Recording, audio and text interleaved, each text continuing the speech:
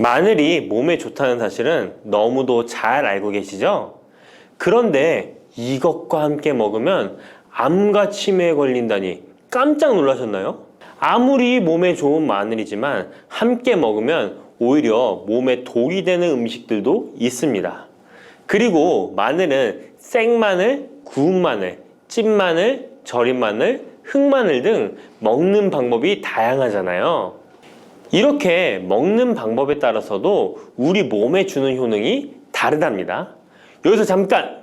마늘 껍질은 대부분 먹지 않고 버리시잖아요. 마늘 껍질 오늘부터 절대 버리지 마시기 바랍니다. 마늘 껍질을 왜 먹어야 하는지, 그리고 어떻게 먹어야 하는지 알려드릴게요. 자, 그럼 마늘과 절대 함께 드시면 안 되는 음식과 마늘과 함께 드시면 좋은 음식, 그리고 마늘과 마늘 껍질의 효능까지 마늘에 대한 모든 것을 알려드릴게요. 마늘은 정말 우리나라 사람들이 좋아하는 식재료인데요. 한국농촌경제연구원이 발표한 자료에 의하면 우리나라 1인당 1년 동안 마늘 소비량이 7kg인데요. 놀라지 마세요. 세계 평균이 0.8kg이랍니다. 우리나라 사람들이 마늘을 정말 많이 먹고 있죠. 마늘을 많이 먹는다는 것, 그만큼 건강한 식단을 먹고 있을 가능성이 높은 건 사실이지만 먹는 방법에 따라 오히려 독이 될 수도 있습니다. 여기서 마늘과 절대 함께 먹으면 안 되는 음식 첫 번째는 바로 빵입니다. 마늘빵 아시죠? 마늘이 발라져 있어 달콤 쌉싸름한 마늘 맛도 나고 향긋한 향도 좋아 즐겨 먹게 되는데요. 마늘이 있어서 몸에도 좋은 빵이라고 착각하고 즐겨 드실 수 있는데요.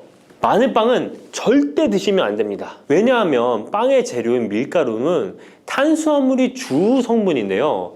밀가루의 고탄수화물은 소화 과정에서 당으로 분해되고 혈당 지수를 급격히 올리게 되며 이때 인슐린의 분비가 과도하게 됩니다. 이런 현상이 반복되게 되면 체내의 인슐린 저항성이 높아지고 췌장을 망가뜨려 당뇨를 유발할 수 있는 것입니다. 그리고 이 당은 몸에 흡수되면서 지방으로 변하고 쉽게 살이 찌게 되어 비만을 야기할 수 있습니다. 밀가루 빵을 만들면 글루텐이라는 단백질이 생성되는데 이 글루텐은 소화불량, 복통, 변비 등 증상을 유발할 수 있습니다. 이뿐만 아니라 글루텐이 몸에 들어오면 장에서 에소루핀이라는 성분이 만들어지게 되는데 이 에소루핀은 중독성이 강해 밀가루 중독을 일으켜 빵 같은 밀가루를 과다 섭취하게 만든다는 것입니다. 마늘이 아무리 좋은 성분으로 항암작용, 항염증 작용을 한다고 해도 마늘빵으로 드신다면 아무 소용이 없는 것입니다. 그러면 마늘은 어떻게 먹어야 마늘의 효능을 극대화할 수 있을까요? 마늘은 생으로 드실 때도 물론 좋지만 익혀서 드실 때 더욱 좋습니다. 몸에 보약이 되는 마늘 먹는 법, 첫 번째는 마늘밥입니다. 국립농업과학원에 따르면 마늘의 S-알리시스테인 함량을 조리법에 따라 조사한 결과 생마늘일 때 S-알리시스테인 함량이 2.77mg 정도 되었고 삶기 시작한 후 30분이 지나면 4.92mg이 되었으며 1시간이 지났을 때 9.16mg으로 생마늘에 비해 무려 4배 이상이 많아진다고 했습니다. 뿐만 아니라 121도의 온도에서 1시간 동안 마늘을 쪘을 때 S-알리시스테인 함량이 50.24mg으로 생마늘보다 18배 정도 높았다고 연구 결과를 발표했습니다. 따라서 마늘을 드실 때는 1시간 이상 끓여서 드시는 것이 좋은데요. 이런 방법이 번거로워 추천드리는 방법이 바로 마늘밥입니다. 밥을 할 때 마늘을 넣는데요. 1인분에 마늘 3, 4알 정도씩 넣어서 밥을 하시면 됩니다. 현미가 있다면 현미를 넣은 마늘밥을 하시면 더욱 좋은데요. 현미 속에는 티아민이라는 성분이 있는데 마늘의 S-알리시스테인과 현미의 알리티아민 두 가지 성분을 모두 섭취하여 항암 효과뿐만 아니라 피로회복, 근육통 완화에도 좋은 밥이 되는 것입니다. 그럼 마늘밥을 하기 위해 마늘을 까고 나면 껍질은 어떻게 하셨나요? 버리셨나요? 오늘부터는 절대 버리지 말기 바랍니다. 마늘의 효능하면 첫 번째로 생각나는 것이 아마도 항암 효과일 거예요. 그런데 마늘 껍질을 통해 엄청난 항암 효과를 누릴 수 있는데요. 우리나라 연구진에서 연구한 결과 마늘 껍질을 70% 에탄올 용매로 반복 추출해서 만든 마늘 껍질 추출물이 암 예방 효과에 탁월한 효능이 있다고 발표되었습니다. 특히 유방암, 위암, 간암, 대장암, 폐암, 세포뿐 아니라 다양한 암세포에 대한 억제 효과가 있다고 했는데요. 그 중에서도 유방암 세포의 증식을 억제하는 데 효과가 가장 높았다고 합니다. 마늘 껍질의 두 번째 효능은 바로 심혈관을 튼튼하게 한다는 것입니다. 마늘 껍질은 마늘 알맹이보다 식이섬유가 4배, 폴리페놀이 7배나 많게 함유되어 있는데요. 식이섬유는 혈관 내에 나쁜 콜레스테롤을 흡착해 몸 밖으로 배출하는 데 도움을 주고, 항산화 성분인 폴리페놀은 콜레스테롤이 산화되는 것을 막아 나쁜 콜레스테롤이 만들어지는 것을 방지하는 데 효능이 있는 아주 중요한 성분입니다. 마늘 껍질에 함유된 알리신 성분은 혈중 지질을 낮춰 콜레스테롤과 중성지방을 낮추는 데 효과적인 성분입니다. 이를 통해 동맥경화를 방지하는 데 도움을 주어 심혈관 질환을 예방하는 데 좋은 성분인 것입니다. 또 마늘 껍질을 말려 분말로 만들어 음식에 넣어 드시면 비만을 막아주는 효과를 볼 수 있는데요. 식이섬유가 풍부해 지방의 흡수를 막고 나쁜 지방을 배출하는 데에도 탁월한 효능이 있습니다. 뿐만 아니라 체내 지방의 대사를 촉진하여 지방 분해가 빠르게 일어나 체지방을 제거하는 데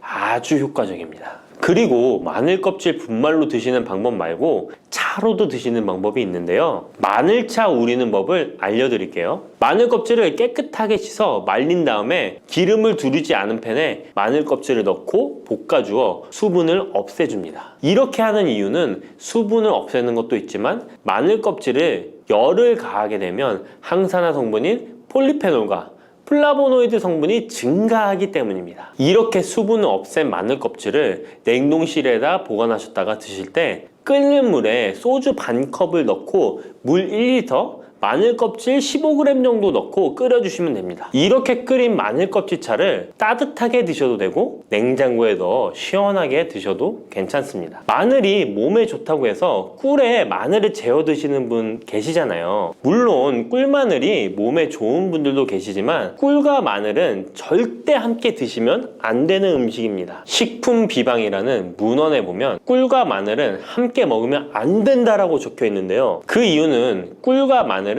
둘 다 열을 내는 뜨거운 음식이기 때문입니다. 꿀과 마늘을 함께 먹게 되면 체질이 맞지 않는 경우에는 부작용이 클 수 있기 때문입니다. 체질에 맞지 않는 분들이 이 꿀마늘을 드시게 되면 눈의 충혈이 잦아지고 노화가 빨라질 수 있습니다. 돋보기를 빨리 쓸 수 있게 된다는 거죠. 또한 두통이 생기며 피부에도 트러블이 생기는 부작용도 있으니 꼭 기억하시기 바랍니다. 당 섭취에 주의하셔야 하는 당뇨, 고지혈증을 갖고 계신 분들이나 암 환자분들은 절대로 꿀마늘을 드시면 안 됩니다. 그렇다면 마늘을 또 어떻게 드시는 것이 좋을까요? 바로 다양한 쌈채소와 함께 드시는 것을 추천드립니다. 마늘의 매운맛을 내는 알리신 성분이 혈관을 건강하게 하여 암을 예방하고 쌈채소를 통해 다양한 비타민과 무기질을 섭취하며 풍부한 항산화 물질도 섭취해 활성산소를 제거하고 혈관을 깨끗하게 해 노화를 방지하고 활력이 넘치는 건강한 몸이 될 수 있는 것이죠. 그런데 마늘을 반찬으로 만들어 드실 때 절대 드시면 안 되는 것이 있습니다. 그것은 바로 마늘장아찌입니다. 아니, 마늘장아찌가 왜? 라고 의문이 생기는 분들이 계시죠? 모든 마늘장아찌가 안 된다는 것이 아니라 설탕이 많이 들어간 마늘장아찌는 만들어 드시면 안 됩니다. 시중에 판매되는 마늘장아찌에는 설탕이 많이 들어가 있을 가능성이 높으니 절대 드시지 않기를 바랍니다. 몸에 좋은 마늘도 설탕과 함께 먹으면 오히려 독이 되는데요. 설탕이 많이 함유된 마늘장아찌를 드시게 되면 혈당이 급격하게 오르고 인슐린 저항성이 높아지며 혈액 속에 중성 지방이 많아져 혈액을 끈적하게 만들게 됩니다. 또한 설탕을 많이 섭취하게 되면 뇌에서 기억력을 담당하는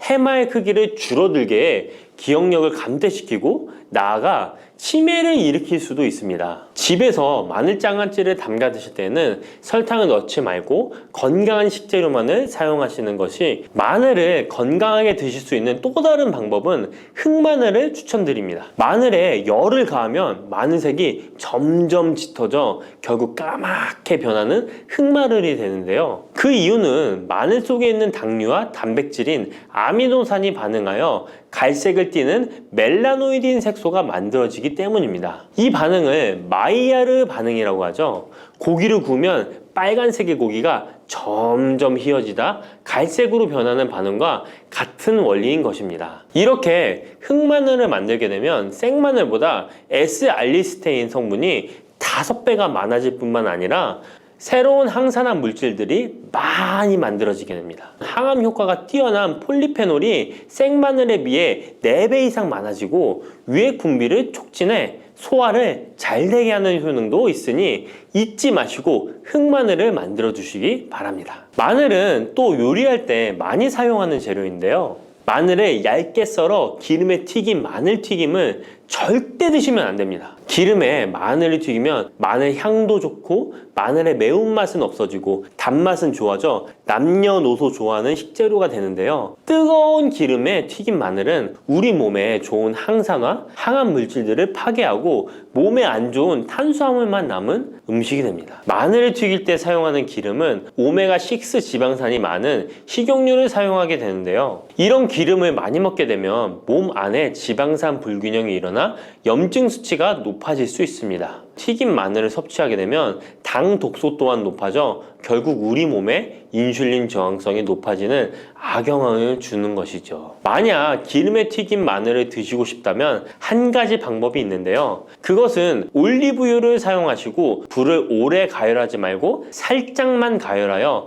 마늘도 튀기듯이 오래 하지 말고 살짝만 익혀서 드시면 향도 좋고 몸에도 좋은 마늘을 드실 수 있습니다. 올리브유를 이용한 마늘을 드시는 방법 하나 더 알려드리겠습니다. 그것은 올리브유에 마늘을 재워 먹는 방법인데요. 먼저 마늘을 끓는 물에 넣어 5분 정도 데쳐주시고요. 소독된 병에 마늘을 담고 올리브유를 가득 담아줍니다. 이때 통후추를 조금 넣어주면 풍미를 더욱 높일 수 있습니다. 올리브유와 마늘이 만나 항산화 성분, 항암 물질이 극대화되어 혈관을 튼튼히 하고 혈전의 생성을 막고 혈류를 원활하게 하여 치매를 예방하고 심장마비와 뇌졸중까지 예방할 수 있는 보약이 되는 것입니다. 이렇게 만든 마늘 올리브유 절임은 반찬으로 드셔도 좋고 생선 요리를 할 때 이 마늘을 으깨어 생선에 발라주면 생선 비린내를 잡아줄 뿐만 아니라 마늘과 올리브유의 풍미가 더해져서 더욱 맛있는 요리가 될 수 있습니다. 이렇게 좋은 마늘도 드실 때 주의하셔야 할 분들이 계신데요. 마늘의 효능 중에 혈전을 제거하고 혈류를 원활하게 하는 효능이 있었잖아요. 이런 효능이 혈액을 묽게 만들기 때문인데요. 와파린, 아스피린 같은 혈전 용해제를 복용하시는 분들이 마늘을 많이 드시게 되면 상처가 났을 때 피가 잘 멈추지 않을 수 있으니 주의하시기 바랍니다. 평소 위염이나 위궤양이 있어서 위가 안 좋으신 분들은 마늘에 알리신 성분이 위 점막을 자극하여 증상이 악화될 수 있으니 주의하시기 바랍니다. 그리고 과민성 대장 증후군이 있는 분들도 마늘을 많이 드시게 되면 복통이 일어날 수 있으니 마늘은 조금만 드시길 바랍니다. 단백질 폭탄으로 알려진 두부는 건강식으로 많이 드시는 대표적인 식재료입니다. 그런데 두부를 잘못 드시면 오히려 건강을 해칠 수 있다는 사실 알고 계신가요? 두부를 먹을 때 독이 되는 최악의 경우, 그리고 두부를 어떻게 먹어야 우리 몸에 보약이 될 수 있는지에 대해 알려드리겠습니다. 두부가 오히려 건강을 해치는 첫 번째는 바로 GMO 유전자 변이된 콩으로 만든 두부를 먹을 때입니다. 2018년 보도자료를 보면 수입콩을 사용해 만든 두부 7종류 중에서 6종류가 GMO 성분이 검출되어 파문이 일었던 적이 있습니다. GMO는 원래 생산성을 향상시켜 식량 부족 문제를 해결하고 비타민, 미네랄 등의 영양소를 강화하거나 질병 저항성을 높여 건강에 도움을 주기 위해 유전자를 변이하여 재배하는 것입니다. 또 제초제나 살충제의 사용량을 줄일 수 있어서 환경오염도 줄일 수 있는 장점이 있습니다. 하지만 이렇게 재배된 것을 섭취했을 때 건강에 대한 안정성 문제와 생태계 파괴 등의 논란은 끊이지 않고 있습니다. 우리나라에서는 GMO 재배를 법으로 금지하고 있으며 많은 나라들이 GMO의 수입과 생산을 규제하고 있습니다. GMO 식품을 꾸준히 섭취할 경우 건강에 문제가 생길 수 있는데요. 2년 동안 실험지 200마리에게 GMO 옥수수를 먹인 실험 결과 20%의 쥐에서 종양이 발생했고 종양의 크기도 컸는데요. 종양의 크기가 탁구공만큼 크게 자란 쥐도 발견됐는데 쥐 전체 몸무게의 4분의 1에 해당되는 무게였다고 합니다. GMO 표기가 의무이기 때문에 GMO 표기가 없는 식품을 사 먹으면 되지만 문제는 식품을 몇 차례 가공 과정을 거쳐 GMO의 DNA나 단백질이 남아있지 않은 식품은 GMO 표기를 하지 않아도 된다는 규정이 있기 때문에 소비자로서는 불안할 수밖에 없는데요. 따라서 두부를 구매하실 때 원료가 수입산이 아닌 국내산 콩으로 만든 두부를 사 드시길 바랍니다. 우리나라는 GMO 재배 자체가 금지이기 때문에 국내에서 재배된 식품은 안심하고 드셔도 됩니다. 두부가 건강을 해치는 두 번째는 바로 유부를 드시는 것입니다. 유부는 두부를 기름에 튀겨서 만드는 건데요. 유부를 먹는 방법에는 대표적으로 유부초밥이 있지만 이외에도 다양한 요리의 재료로 사용됩니다. 유부의 고소한 맛과 부드러운 식감 때문에 다양하게 사용되지만 건강에 해로울 수 있으니까 주의하셔야 됩니다. 두부를 기름에 튀겨 만든 유부는 칼로리가 높아질 뿐만 아니라 트랜스 지방이 생성됩니다. 트랜스 지방은 혈관 내 콜레스테롤을 증가시키고 심혈관 질환의 위험을 증가시킵니다. 이로 인해 대사증후군과 뇌 기능에도 영향을 미쳐 인지력, 학습 능력을 감소시키는 부작용을 일으킬 수 있습니다. 유부를 아예 드시지 말라는 게 아니라 맛이 좋고 간단하게 식사 대용으로 드실 수 있는 유부만 맛이 좋고 간단하게 식사 대용으로 드실 수 있는 유부지만 과하게 드시지 않고 적절히 드시면 좋겠죠? 세 번째, 두부를 드실 때 주의할 점은 시금치와 함께 드시면 안 된다는 것입니다. 시금치는 철분이 풍부하게 함유되어 있어 빈혈 예방에 효과적으로 알려져 있습니다. 또한 비타민 A, 루테인, 제아잔틴 등의 영양소가 풍부하여 눈 건강 증진에 탁월한 효능이 있고 마그네슘, 비타민 K 등이 풍부해서 뼈 건강 증진에 효과적인 것으로 알려져 있습니다. 그러나 문제는 시금치에 함유된 옥살산입니다. 이 옥살산이 두부의 칼슘과 결합하여 수산칼슘이라는 성분이 만들어지는데 이 성분이 결정을 이루어 신장이나 요로에 쌓여 결석이 됩니다. 신장결석, 요로결석이 되어 극심한 통증을 유발할 수 있다는 것입니다. 시금치를 드실 때는 두부와 같이 칼슘이 많은 음식을 피하시고 별도로 섭취하시는 게 좋겠습니다. 네 번째, 두부를 드실 때 오히려 해가 되는 경우는 갑상선이 약하신 분들입니다. 두부에는 사포닌이라는 성분이 함유되어 있는데 사포닌을 많이 섭취하게 되면 요오드가 몸 밖으로 과도하게 배출될 수 있습니다. 요오드는 갑상선 호르몬의 합성과 조절을 돕는 아주 중요한 성분인데요. 요오드가 부족하게 되면 갑상선 호르몬인 티록신의 생성이 부족하게 되어 갑상선의 기능을 제대로 하지 못하는 상황이 발생할 수 있습니다. 이렇게 되면 갑상선 저하증이 생길 수 있고 무기력해지고 피로가 회복이 잘 안 되면 우울증, 부종, 집중력 저하 등의 다양한 증상을 야기할 수 있습니다. 갑상선에 문제가 없는 분이라면 두부를 많이 드셔도 문제가 되지 않지만 이미 갑상선이 약하신 분들에게는 안 좋은 영향을 줄 수 있는 것입니다. 그렇다면 두부는 어떻게 드셔야 두부의 효능을 최대한 높일 수 있는지 알려드리겠습니다. 두부는 기본적으로 단백질이 풍부한데 이뿐만 아니라 리놀렌산, 레시틴, 피토스테롤 등의 성분이 풍부해서 몸 안의 콜레스테롤 수치를 낮춰주고 혈액순환을 원활하게 해서 동맥경화, 심근경색, 뇌출혈 등의 심혈관 질환을 예방할 수 있습니다. 또한 두부는 체력과 근력을 유지하는 데 큰 도움을 주는데요.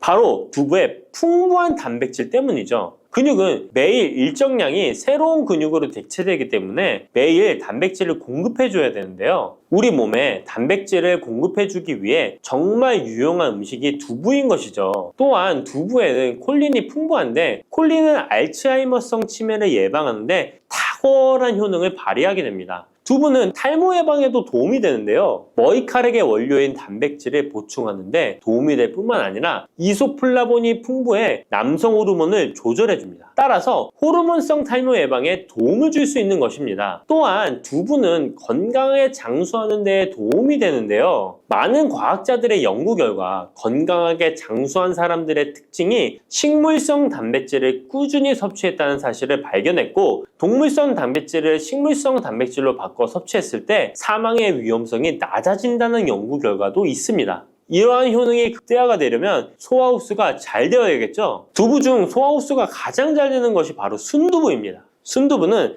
일반 두부와 마찬가지로 비질을 분리한 콩물에 응고력이 약한 응고제를 넣어 만든 것인데요. 그렇기에 훨씬 부드럽고 소화 흡수가 잘 되는 형태가 되는 것입니다. 하지만 단점은 일반 두부보다 단백질, 섬유질 등의 영양 성분의 함량이 떨어지는데요. 이런 단점을 보완하기 위해 계란과 함께 드시면 좋은 대안이 될 수 있어요. 순두부찌개에 계란이 들어가 있는 것이 맛뿐만 아니라 영양적으로도 찰떡궁합인 것이죠. 순두부와는 식감이 완전히 다른 쫄깃한 두부면이 요즘 인기가 높아지고 있는데요. 밀가루를 대체할 수 있는 다이어트 식품으로 많이 알려지고 있습니다. 다양한 면 요리에 사용되는데 단순히 두부를 면 모양으로 만든 것이 아니라 일반 두부보다 단백질의 함량이 2배 정도 높아서 건강에 더욱 좋은 식품입니다. 두부에서 수분을 빼고 응축시켜 만들기 때문에 같은 무게당 영양 성분의 함량이 높아지는 것입니다. 두부는 양배추와 함께 드시면 좋은데요. 두부는 단백질이 풍부하지만 비타민C와 섬유질이 부족한데 양배추와 함께 드시면 모든 영양소를 골고루 섭취할 수 있게 되는 것입니다. 또 귀리를 넣은 잡곡밥과 함께 드시면 좋은데요. 귀리에 풍부하게 함유된 식이섬유와 베타글루칸과 두부의 단백질, 칼슘을 충분히 섭취할 수 있는 것입니다. 두부는 그리고 미역과 김, 다시마와 같은 해조류와 함께 드시면 좋은데요. 이런 해조류와 함께 드시게 되면 두부의 단백질을 흡수하는데 극대화가 되고 두부의 사포닌으로 인한 요오드 배출을 해조류의 풍부한 요오드 성분이 상쇄시켜 줄 수 있는 것입니다. 두부와 함께 먹으면 좋은 음식으로는 토마토가 있습니다. 토마토에는 라이코펜이라는 강력한 항산화 성분이 함유되어 있어서 세포의 노화를 방지하고 활성산소를 제거하여 혈관을 건강하게 보호하며 암을 예방하는 효능도 있습니다. 두부와 토마토 그리고 계란까지 함께 살짝 볶아 드신다면 풍부한 영양 성분을 섭취할 뿐만 아니라 암 예방과 체중 감량에도 좋고 피부 미용에도 탁월한 효능을 누릴 수 있습니다. 침침한 눈이 밝아지고 뱃살이 쏙 빠지려면 단호박을 이렇게 드셔야 합니다. 호박이 넝쿨채에 굴러 떨어졌다라는 표현 아시나요? 큰 힘을 들이지 않으면서 우연히 좋은 일이 생기거나 큰 성과를 거둘 때 이런 속담 쓰이죠? 옛부터 단호박은 그 자체로 맛있고 영양가가 풍부한 식품으로 많은 사랑을 받아온 채소인데요. 맛있는 단호박이 우리 건강에 다양한 효능을 제공하는 사실 알고 있나요? 그리고 단호박에 관한 건강한 삶을 사는데 도움이 되는 정보들 같이 알아보실게요. 단호박은 맛도 좋고 건강에 많은 효능을 가지고 있는 정말 훌륭한 식품인데요. 이런 단호박의 놀라운 효능들 5가지 바로 알려드릴게요. 단호박의 첫 번째 효능은 바로 심혈관 건강 개선입니다. 단호박에는 불포화 지방산과 식이섬유가 풍부하게 들어있는데 이런 성분들이 혈중 콜레스테롤 수치를 조절하고 혈액순환을 원활하게 도와줍니다. 또한 이 불포화 지방산은 체내에 축적된 나쁜 콜레스테롤을 감소시키고 혈관벽을 건강하게 유지하는 데에도 효과가 있습니다. 또한 단호박에 포함된 칼륨은 혈압 조절에도 효과적인데요. 칼륨은 나트륨의 작용을 중화시켜 혈압 상승을 방지하는 데 도움을 주게 되는데 그래서 칼륨이 풍부한 단호박은 고혈압 예방과 관리에 유익한 식품인 것이죠. 평소에 심혈관 질환이 걱정되거나 고혈압을 관리하고자 하는 분들에게 단호박은 매우 좋은 식품인데요. 단호박을 자주 섭취하면 혈액순환이 개선되고 혈압이 안정되므로 심장질환 예방에 매우 효과적이기 때문에 심혈관 건강을 지키는데 큰 도움이 됩니다. 심혈관 건강, 이제부터는 단호박으로 예방해보세요. 단호박의 두 번째 효능은 다이어트에 효과가 좋다는 것입니다. 단호박은 저칼로리 식품으로 다이어트를 할 때 섭취하면 매우 좋은 음식인 거 아시나요? 단호박의 열량은 100g에는 약 40에서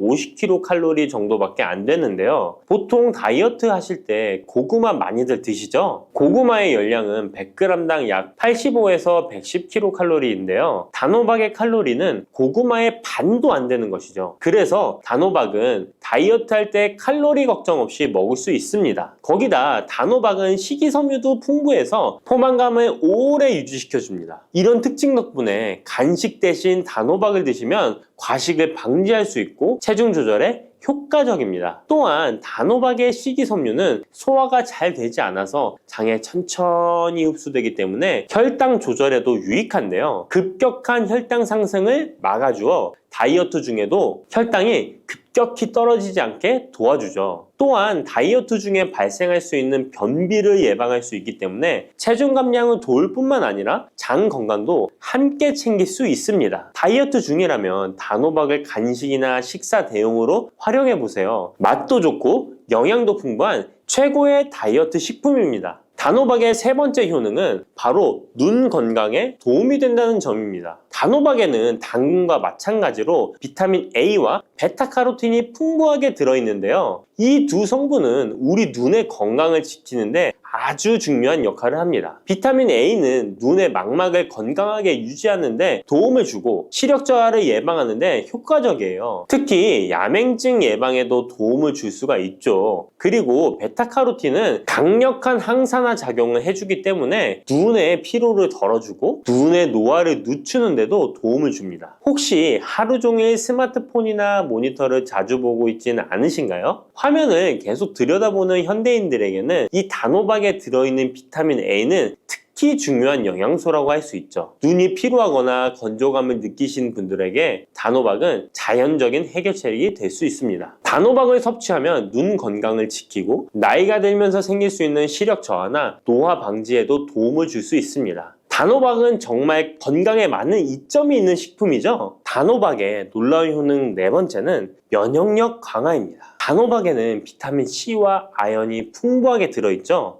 비타민 C는 면역 세포를 활성화시켜 감염 예방에 큰 도움을 주고 아연은 백혈구의 생성을 돕고 체내에서 염증 반응을 조절하여 면역 체계가 정상적으로 작동할 수 있게 도와줍니다. 이뿐만 아니라 단호박에 들어있는 항산화 물질들은 우리 몸의 세포를 보호하고 염증을 줄여 면역 기능을 더욱 향상시키는 데 도움을 주는데요. 특히 겨울철이나 환절기에 감기나 독감 예방을 위해 면역력 강화를 원하신다면 단호박을 꾸준히 섭취하시는 것이 좋은 식습관이 될 수 있습니다. 또 자주 피로감을 느끼거나 감기 등에 쉽게 걸리는 분들에게 단호박은 아주 좋은 식품이라는 것 알고 계시면 도움이 될 거예요. 단호박의 효능 다섯 번째는 부종과 붓기를 개선하는데 도움을 주는 것입니다. 붓기에 호박이 좋다는 거 모르시는 분 없으시죠? 우리가 수술이나 시술을 받고 얼굴이 부을 때 약국에서 단호박즙 같은 거를 파는 것도 많이 보셨죠? 이는 단호박에는 칼륨이 풍부한데 칼륨은 체내에 있는 나트륨과 균형을 맞춰주고 몸 안에 불필요한 수분을 배출하는 역할을 합니다. 그래서 부종을 완화하고 몸의 붓기를 개선하는데 효과적이죠. 특히 평소에 손이나 발, 얼굴 등이 자주 붓는 분들에게 단호박을 섭취하면 체내 나트륨 농도를 조절해줘서 불필요한 수분이 빠져나가면서 붓기가 자연스럽게 완화될 수 있습니다. 이렇게 효능이 많은 단호박을 어떻게 섭취하느냐에 따라 그 효과가 달라질 수 있다는 사실 알고 계시나요? 섭취 방법에 따라 효능의 50%만 섭취하게 될 수도 있고 또 100%로 바뀔 수도 있는데요. 단호박 효능 100%로 섭취하는 방법 바로 소개해 드릴게요.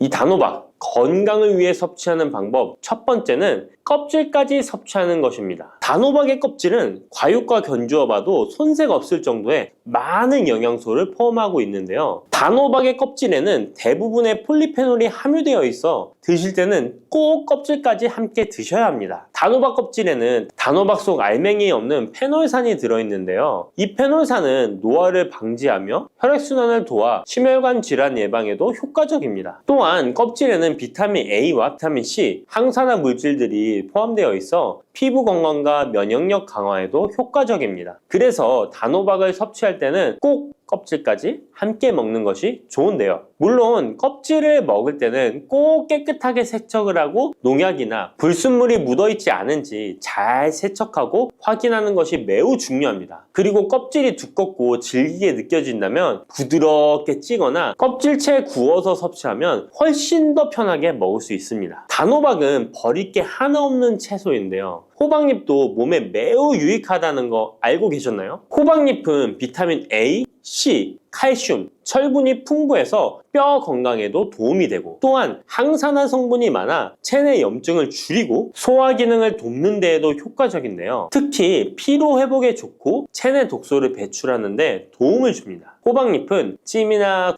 볶음 등으로 다양하게 요리하여 섭취할 수 있습니다. 호박잎을 섭취하는 것도 단호박을 더 효과적으로 활용하는 좋은 방법이니 버리지 말고 꼭 같이 드셔보세요. 단호박을 먹을 때 호박씨를 빼놓을 수 없죠. 호박씨가 수면에 도움을 준다는 것 들어보셨나요? 호박씨에는 트립토판이라는 성분이 들어있어서 이 성분은 수면 개선에 큰 도움이 됩니다. 트립토판은 세로토닌과 멜라토닌으로 변환되는데 이 두 물질은 우리의 수면 리듬을 조절하는데 중요한 역할을 하죠. 그래서 불면증이나 수면의 질이 낮은 분들에게 호박씨는 정말 유용한 식품입니다. 또한 단백질과 건강한 지방이 풍부하여 혈당 조절에도 도움을 줄 수 있는데요. 혈당이 급격히 오르거나 내리는 것을 막아주고 당뇨병 예방에 효과적입니다. 그래서 호박씨는 다이어트에 매우 좋고 식사 후 간식으로 섭취하면 포만감을 오래 유지시킬 수 있습니다. 여담으로 우리 다른 사람의 단점을 뒤에서 이야기하는 것을 보고 뒷담화한다고 하고 호박씨 깐다고도 하잖아요. 과연 어떤 것 때문에 이런 이야기가 나왔을까요? 저도 궁금합니다. 아시는 분은 알려주세요. 이렇게 단호박은 아주 건강에 좋은 식품이지만 섭취 시 주의할 점이 있는데요. 건강을 지키기 위한 몇 가지 단호박 섭취 유의사항을 알아볼게요. 첫 번째는 껍질 섭취 시 소화 문제입니다. 단호박의 껍질은 건강에 많은 효능이 있지만 소화가 어려운 경우도 있을 수 있는데요. 특히 소화 기능이 약한 분들이나 위장에 민감한 분들은 껍질이 소화되지 않거나 불편함을 느낄 수 있습니다. 이런 분들은 단호박 껍질을 제거하고 속만 섭취하는 것이 좋습니다. 아니면 껍질을 먹을 때는 반드시 부드럽게 조리하여 섭취해서 소화 불량이나 복부 팽만감을 최대한 피하게 해야 합니다. 두 번째 유의사항은 알레르기 반응입니다. 단호박은 일반적으로 알레르기 반응을 일으키는 경우가 드물지만 일부 사람들은 호박에 알레르기가 있을 수 있는데요. 특히 호박이나 호박씨에 민감한 분들은 섭취 후 발진이나 가려움 등의 증상을 경험할 수 있습니다. 이런 증상이 나타난다면 단호박 섭취를 바로 중지하고 알레르기 전문의와 상담하는 것이 좋습니다. 알레르기 반응은 개인의 체질에 따라 다를 수 있기 때문에 처음 먹을 때는 소량으로 섭취하여 반응을 확인하는 것이 안전하다는 거 기억해 주세요. 단호박 섭취에 유의해야 할 사항 세 번째는 신장질환이 있는 사람의 섭취입니다. 단호박은 칼륨이 풍부한 식품인데요. 신장 기능이 약한 분들은 칼륨 과다 섭취가 문제가 될 수 있습니다. 칼륨이 과잉 섭취되면 신장에 부담을 줘서 부종이나 혈압 상승 등의 문제가 발생할 수 있기 때문인데요. 신장 질환이 있는 사람은 칼슘 섭취를 조절해야 하므로 단호박을 섭취하기 전에 반드시 의사와 상담하는 것이 좋습니다. 신장에 문제가 있는 분들은 단호박 섭취 시에 본인에게 맞는 양을 조절하여 섭취해야 합니다. 네 번째, 단호박 섭취 시 유의사항은 다이어트 시 과잉 섭취입니다. 아까 얘기 드렸듯이 단호박은 다이어트에 유익한 식품이라고 했잖아요. 하지만 다이어트에 도움이 되는 단호박도 조리 방법에 따라 칼로리가 달라질 수 있습니다. 예를 들어 단호박을 버터나 크림 등 고칼로리 재료와 함께 조리하면 그만큼 칼로리가 높아져서 다이어트에 좋지 않을 수 있습니다. 다이어트를 하시는 분들은 단호박을 찌거나 구운 방법으로 조리하고 고칼로리 재료를 피하는 것이 건강하고 성공적인 다이어트를 위해서 꼭 필요합니다. 또한 단호박에 포함된 당분은 비교적 낮지만 당뇨가 있는 사람은 과도하게 섭취하지 않도록 주의해야 합니다. 마찬가지로 다이어트 중에도 혈당의 급격한 상승을 막기 위해 적당량을 섭취하는 것이 중요합니다. 검은콩 드실 때 제발 이렇게 드세요. 그래야 내장 지방 싹 녹아내리고 치매를 예방할 수 있어요. 검은콩이 건강에 좋다는 사실 모두 알고 있을 텐데요. 특히 내장 지방을 없애 뱃살을 뺐는데 좋다고 알고 계실 거예요. 또한 검은콩은 혈관에 쌓이는 콜레스테롤 수치도 낮춰주는 효과가 있다고 하는데요. 그래서 볶아도 먹고 밥에 넣어서도 많이 드시지 않나요? 근데 정작 우리의 뱃살은 빠지지 않고 콜레스테롤 수치도 낮아지지 않는데요. 그건 먹는 방법에 문제가 있기 때문이에요. 물론 검은콩은 몸에 좋은 역할을 하는 효능이 많이 있지만 어떻게 먹느냐에 따라 오히려 몸에 독이 될 수도 있고 반대로 효능을 극대화시킬 수 있는데요. 그래서 검은콩에 대해 아주 잘 알고 드셔야 합니다. 이미 잘 알고 계시는 것처럼 검은콩은 대표적인 블랙푸드입니다. 물론 검은깨와 흑미도 요즘 건강식으로 많이 찾으시는 식품이고요. 블랙푸드라는 게 말 그대로 껍질이 검정색이라서 블랙푸드인데요. 그렇다면 검은콩은 도대체 뭐가 그렇게 좋은 걸까요? 검은콩의 효능 중에 첫 번째는 항산화 효과입니다. 검은콩에는 플라보노이드라는 강력한 항산화 성분이 풍부하게 들어있는데요. 플라보노이드는 식물세포에 존재하는 물질로 항산화 작용을 통해 우리 몸에 산화 스트레스를 줄여주는 역할을 합니다. 산화 스트레스라는 게 뭐냐면 우리 몸의 세포가 손상되는 원인 중 하나로 이것은 환경적인 요인, 염증, 그리고 우리 몸의 자연적인 대사 과정에서 발생하는 스트레스라고 생각하시면 됩니다. 이런 산화 스트레스로 인해서 활성산소라는 물질이 생겨 세포 손상, 노화, 다양한 질병의 발병을 촉진할 수 있는 거죠. 그런데 검은콩에 들어있는 항산화제인 플라보노이드는 세포의 손상을 예방해서 우리 몸에 산화 스트레스를 줄여줍니다. 이는 노화를 느리게 하고 심장질환, 암, 알츠하이머 병 등과 같은 여러 가지 질병의 위험을 줄이는데 도움이 되는데요. 그렇기 때문에 검은콩은 플라보노이드 함량으로 인해 우수한 항산화 식품으로 간주됩니다. 검은콩의 효능 두 번째는 혈당 조절에 좋습니다. 혈당이란 간단히 말하면 우리 몸에서 음식을 소화하면서 만들어지는 당을 말하는 건데요.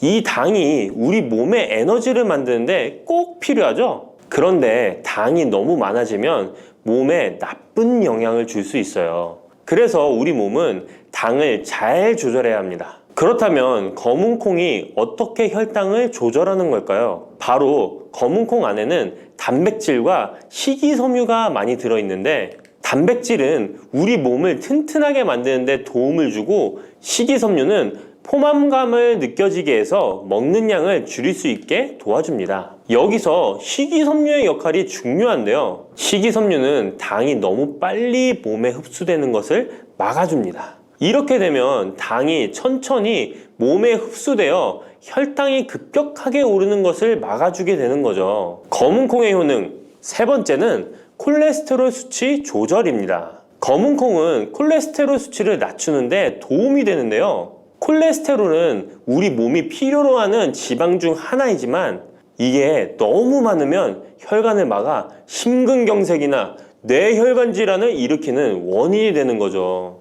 근데 검은콩에 들어있는 식이섬유는 우리 몸에서 콜레스테롤을 흡수하는 것을 줄여주는 역할을 합니다. 그 중에서 특히 검은콩에 들어있는 용해성 식이섬유는 콜레스테롤과 결합하여 그것을 체외로 배출하는데 도움을 주는데요. 그것 말고도 검은콩에는 불포화 지방산이라는 건강한 지방도 풍부하게 들어있습니다. 이 불포화 지방산은 나쁜 콜레스테롤인 LDL, 콜레스테롤을 줄이고 좋은 콜레스테롤인 HDL 콜레스테롤을 늘려주는 역할을 합니다. 이렇게 해서 심장 건강을 유지하는 데 도움을 주게 되는 거예요. 검은콩의 효능, 네 번째는 눈 건강에 좋습니다. 검은콩에는 눈 건강에 도움이 되는 여러 가지 영양소가 들어있는데요. 그 중에서도 루테인과 제아잔틴은 눈 건강에 특히 중요한 역할을 합니다. 루테인과 제아잔틴은 우리 눈의 황반 부분에 많이 있는 영양소인데 이 황반은 우리가 선명하게 볼 수 있게 해주는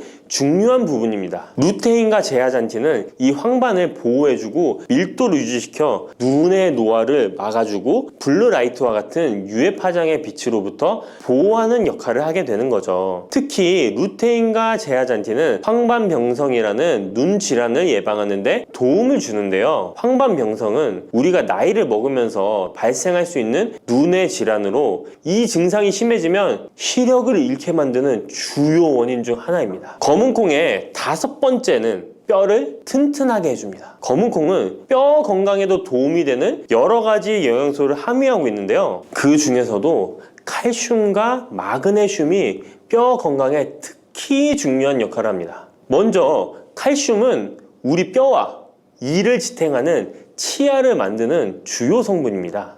또한 우리 몸의 다른 중요한 기능들, 예를 들어 심장 박동과 신경 전달에도 필요한 물질입니다. 이런 중요한 칼슘이 검은콩에는 풍부하게 들어있어서 꾸준히 섭취하면 뼈를 튼튼하게 해주는 게 탁월한 식품이라고 할 수 있는 거죠.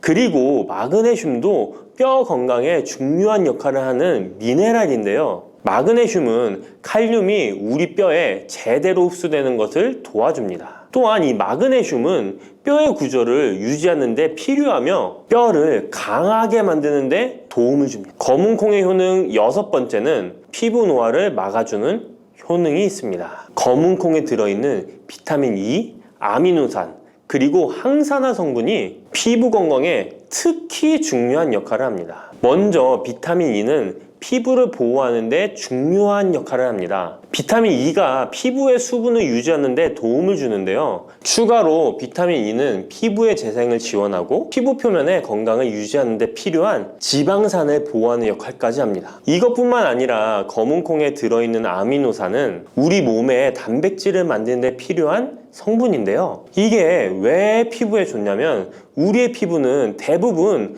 콜라겐이라는 단백질로 이루어져 있는데 바로 이 콜라겐은 피부의 탄력을 유지해 주는데 좋아서 항상 탱탱한 피부로 보이게 되는 거죠. 또한 검은콩에는 아미노산이 풍부하게 들어있는데요. 아미노산도 콜라겐 생성에 도움을 줍니다. 검은콩의 효능 일곱 번째는 치매를 예방하는 효능이 있습니다. 검은콩에는 오메가3 지방산이라는 불포화 지방산이 들어있는데요. 이 오메가3 지방산은 우리 몸이 스스로 생성하지 못하기 때문에 식품을 통해 섭취해야 하는 필수 지방산입니다. 근데 오메가3 지방산이 뇌 건강에 매우 중요한 영향이 있다는 게 포인트인데요. 뇌는 약 60%가 지방으로 이루어져 있고 그중 대부분이 오메가3 지방산인 DHA로 구성되어 있습니다. 바로 이 오메가3가 뇌세포의 막을 구성하며 신경 전달 물질의 생성과 기능에 관여하여 학습 능력과 기억력을 향상시키는 데 도움을 줍니다. 또한 오메가3 지방산은 뇌 염증을 줄이고 뇌세포를 보호하는 역할도 하는데요. 이것은 뇌 노화를 지연시키고 뇌 질환을 예방하는 데 도움을 주게 되는 거죠. 결국 오메가3 지방산은 치매 같은 뇌질환의 위험을 감소시키는데 효과적이라고 할 수 있습니다.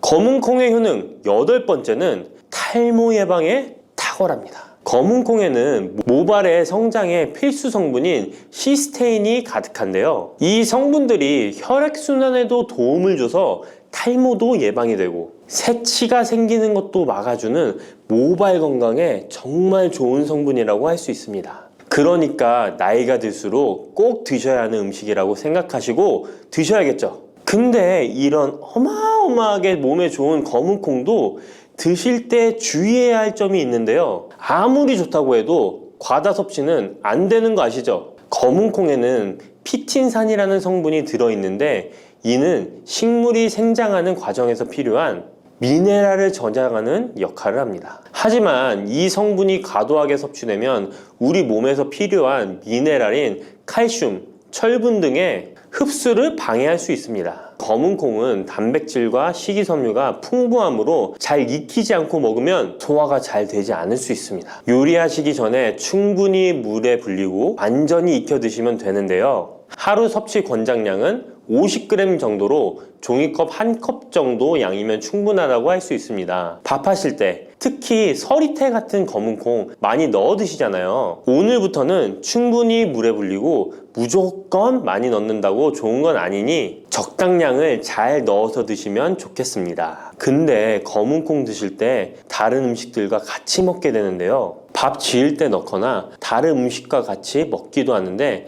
같이 먹으면 오히려 독이 되는 음식이 있다는 거 아시나요? 검은 콩과 함께 먹으면 독이 되는 음식 첫 번째는 우유입니다. 유명한 검은 콩두유, 우유도 있는데 무슨 소리를 하시는지 하는 분들도 계실 거예요. 어떤 분들은 우유에 콩을 넣어서 이런 식으로 갈아서 드시는 분들이 있는데요. 이게 오히려 몸에 안 좋은 영향을 미칠 수도 있는 거죠.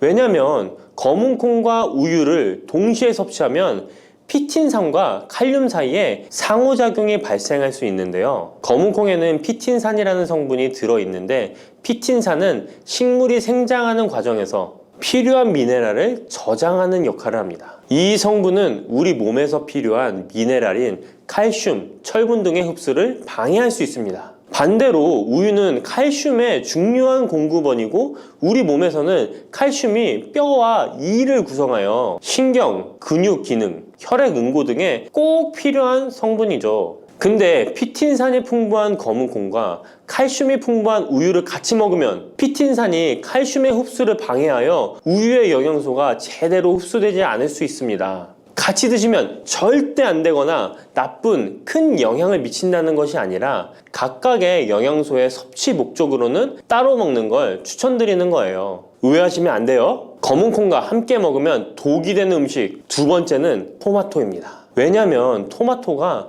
콩의 단백질 흡수를 방해하고 소화를 어렵게 만들 수 있는 산성이기 때문인데요. 토마토의 산성 성분이 단백질의 흡수를 방해하면 콩에 충분히 있는 단백질이 몸에 흡수가 안 되어 콩의 영양 가치가 아무런 의미가 없게 되는 상황이 올 수 있는 것입니다. 또한 토마토의 산성 성분은 이미 단백질이 풍부하고 소화하기 어려운 콩을 더욱 소화하기 어렵게 만들 수 있습니다. 그렇지 않아도 나이가 들면 신진대사가 활발하지 않아 소화가 안 되는데 소화불량을 일부러 만들 필요는 없겠죠? 검은 콩과 함께 먹으면 독이 되는 음식 세 번째는 달걀입니다. 달걀에는 비타민 A가 풍부하게 들어있는데요. 비타민 A는 우리 몸의 면역 시스템을 강화시키며 시력을 유지하는 데 필요하고 세포의 성장과 분열에 중요한 역할을 합니다. 그리고 검은 콩에는 트립신이라는 아미노산이 들어있는데요. 트립신은 우리 몸에 단백질을 만드는데 필요한 중요한 구성 요소이며 신경 전달 물질인 세로토닌과 멜라토닌의 생산에도 필요한 아미노산입니다. 그런데 달걀의 비타민 A와 검은 콩의 트립신이 함께 섭취되면 어떻게 될까요? 둘 사이에 화학적 상호작용이 발생하여 소화 과정에 영향을 미칠 수 있는데요. 이 상호작용은 단백질의 소화를 방해하거나 비타민 A의 흡수를 저해하게 되는 거죠. 트립신은 소화효소의 활동을 저해하는 특성이 있습니다. 따라서 트립신이 풍부한 검은 콩과 비타민 A가 풍부한 달걀을 함께 섭취하면 좋은 영양소를 흡수 못하는 결과를 가져올 수 있습니다. 앞으로는 무심코 검은 콩과 같이 먹을 때 독이 되는 음식은 같이 안 드셨으면 좋겠습니다. 그렇다면 같이 먹을 때 궁합이 정말 잘 맞는 음식도 있지 않을까요?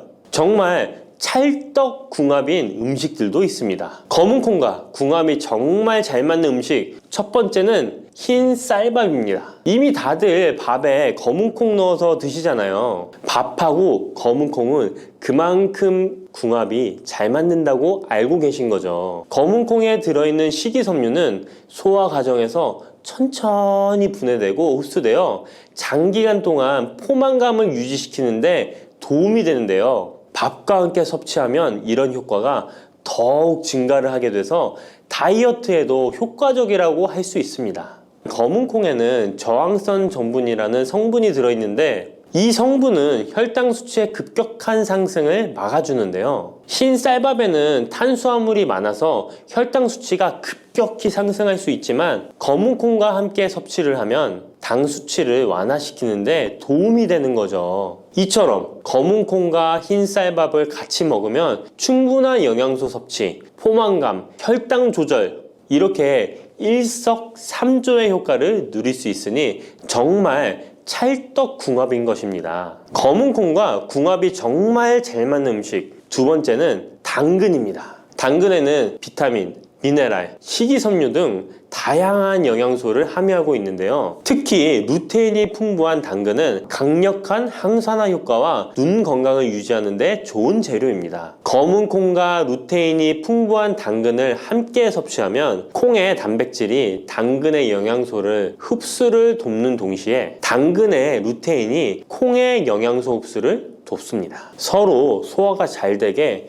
영양소 흡수가 잘 되게 도와주는 음식인 거죠. 당근 말고도 시금치와 같은 채소도 같은 역할을 하니 식사하실 때 당근이 들어간 음식이나 시금치 나물 같은 음식들과 같이 드시면 효과가 정말 좋을 거라 생각합니다. 검은콩과 궁합이 정말 잘 맞는 음식 세 번째는 닭고기입니다.